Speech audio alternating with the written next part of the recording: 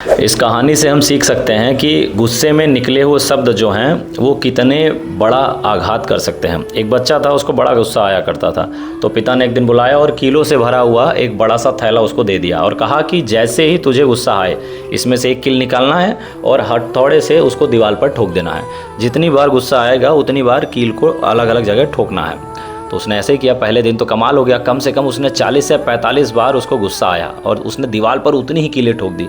फिर दूसरे दिन उसने देखा कि उसको कम गुस्सा आ रहा है। तीसरे दिन देखा कि और कम हो गया, चौथे दिन और कम हो गया, बहुत कम होता चला गया।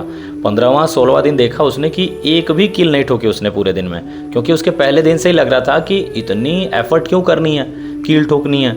इससे अच्छा है कि गुस्से को ही कंट्रोल कर लेते हैं, गुस्से को ही समझ लेते हैं। ऐसे करते करते उसने गुस्सा करना ही छोड़ दिया।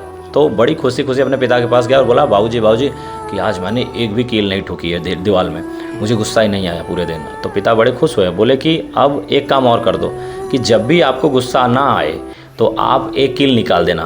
तो पिता बड़े खुश हुए। पिता ने बोला कि अब एक काम और करो कि जब भी आपको गुस्सा ना आए तो आप एक कील निकाल देना। तो एक दिन में वो एक कील निकालता था और पूरे दिन गुस्सा नहीं करता था। उसको 40-45 दिन लग गए। जब वो सारी कील निकाल ली ना तो बड़े खुशी खुशी गए अपने बाबू के पास कि अब दीवार पर एक भी कील नहीं है। पिता ने कहा अब मेरे साथ आओ।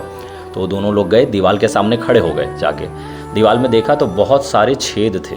तो उस बच्चे से उन्होंने कहा कि कई बार हम अपने शब्दों से जो गुस्से में निकलते हैं दूसरे लोगों के दिल पर ऐसे ही आघात करते हैं, ऐसे ही कीलें ठोक देते हैं। फिर हम कोशिश करते हैं कि उनको अपने शब्दों से ही सही कर दें, लेकिन दीवार हमेशा ऐसे ही रह जाती है। उसके जो घाव होते हैं ना वो उस व्यक्ति पर वैसे ही रह जाते हैं, उनको मिटाया नहीं जा सकता है। तो जब भी आप शब्द कुछ कह रहे हो गुस्से में, एक बार ज़रूर सोचें कि उसका जो आघात है ना वो कभी सही नहीं होगा।